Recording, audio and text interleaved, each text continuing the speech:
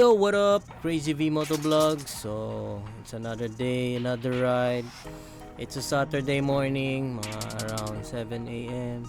So, there's a Saturday morning na pupunta ako ng office para ipa-car wash yung ambulance na ginagamit ko. So, tara, samahan nyo ako. Punta tayo ng office at magpa-car wash. Yun. So, painit muna tayo ng motor. Yan, bukas tayong gate.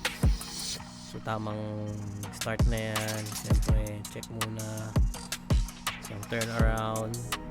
So, let's go. Punta tayo ng Ortigas Center.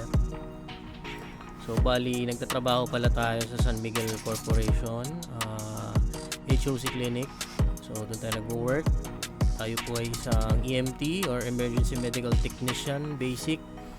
Ang trabaho ko po ay mag-operate ng ambulance. Pero dito, since clinic-based siya, tumutulong tayo sa clinic. Vital signs, endorsement sa doktor, mga ganun. So, ngayon, good pay siya. Yes, sir. Unlike sa ibang, sabihin na natin, local, DRRM, yun, kailangan may plantilla, kailangan regular para makakuha ng mataas na sahod. And based from my experience na rin, syempre matagal na rin tayo nag-EMT, way back 2015, 2014, mga ganun. So nag-start tayo sa SM Arena, syempre sa prom care, yung ating school. Doon pa side trip tayo, then natrabaho at napasok tayo ng SM Arena. So, yung first 2 years, nung pag-open niya hanggang mga 2 years kami ron. Kami po ang medic dun sa SM Marina. Then, nalipat tayo ng Manila First Responder Unit under po ni Vice Mayor Isko that time. Then, hanggang kay Mayor Lacuna. Ayan, 4 years tayo nagtrabaho ron under ng office ni Vice Isko. Bali tayo yung mga rumeresponde sa karsada. So, kaya alam ko yung mga dyan sa kalye, 'di ba? So, sa dami ng hinugot ko sa ilalim ng sasakyan at sa dami rin ng na-CPR ko, ingat na ingat akong magmaneho. 'Yun. So, syempre, ride safe lang talaga tayo. Hindi natin maiwasan kahit gaano kasi tayo magmaneho, merong nasa paligid natin ang napaka-reckless. Ayun. So, dito tayo sa may estancia area. Ito yung way ko lagi pag umaga, papasok. Then, labas dito sa may Meralco Hub. So, yung nasa kaliwa, yan yung subway station na ginagawa. Yung East Ortigas. Tama ba? Oo, parang ganun. Basta estancia, subway station. Then, yung next is yun sa Metro Walk. So, ayan. So, dito na tayo sa may Ultra or yung DepEd. Yan, ito yung intersection na yan. Patawid tayo dyan hanggang sa may Renaissance. Then, Julio Vargas flyover, U-turn. Then, pasok tayo ng Gold Loop sa may, ang tawag dito, dating Philippine Stock Exchange. So, yan, Tektite. Yan, doon tayo dadaan. And, dito nga, dito sa part na to ng Gold Loop, yung harap mismo ng Gold Loop, merong ginagawang condo or building. So, tuwing umaga, nagluluto yan sila. Sobrang amoy na amoy mo yung niluluto nila. Talagang magigising ka kahit anong antok mo. Grabe, umaalingaso yung niluluto nila dyan. Maamoy mo kung adobo, sinigang, nilaga, pinirito, yun. So, manghuhula kaya, ano kaya ulam nila? Ito, yung nasa kaliwang building na yan.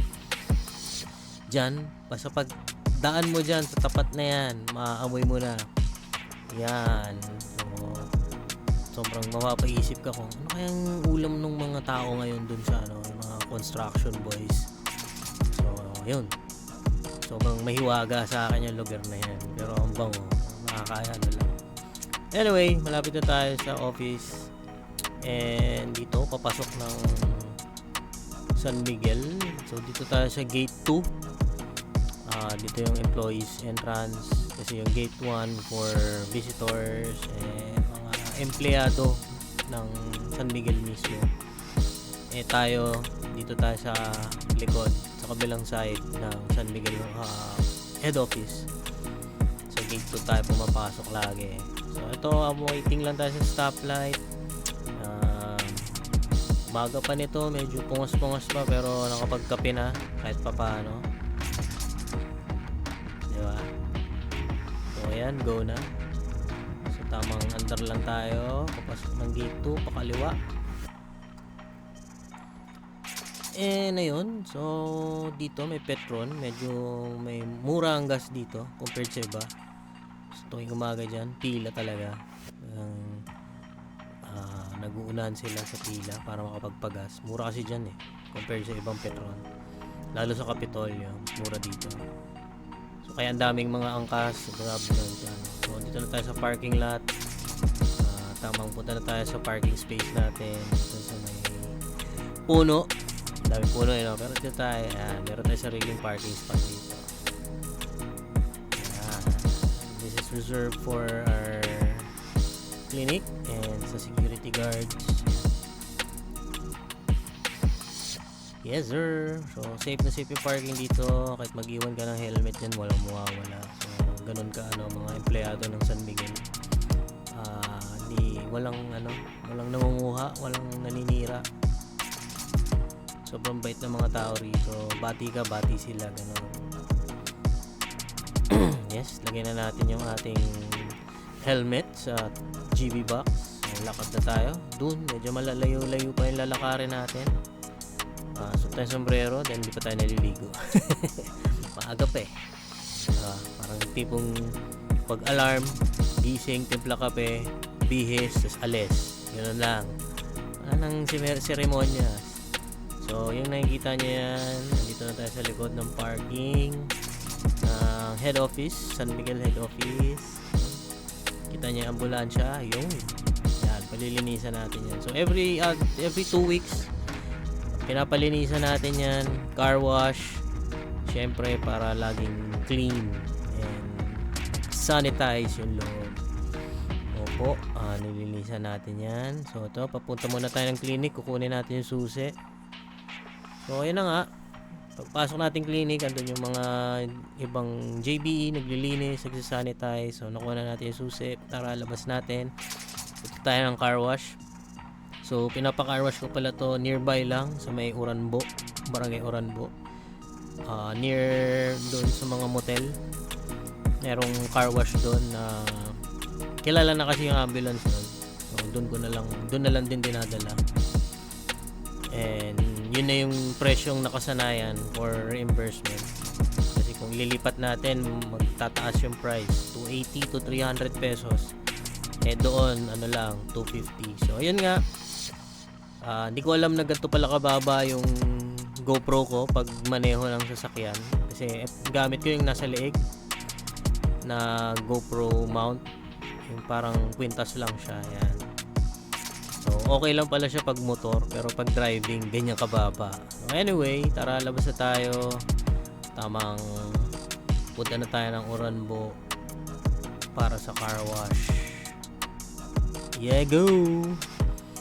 Medyo marami pa sikot-sikot kasi rito sa loob ng compound ng San Miguel. And yung ambulance natin nasa bandang dulo nakapark. Yep.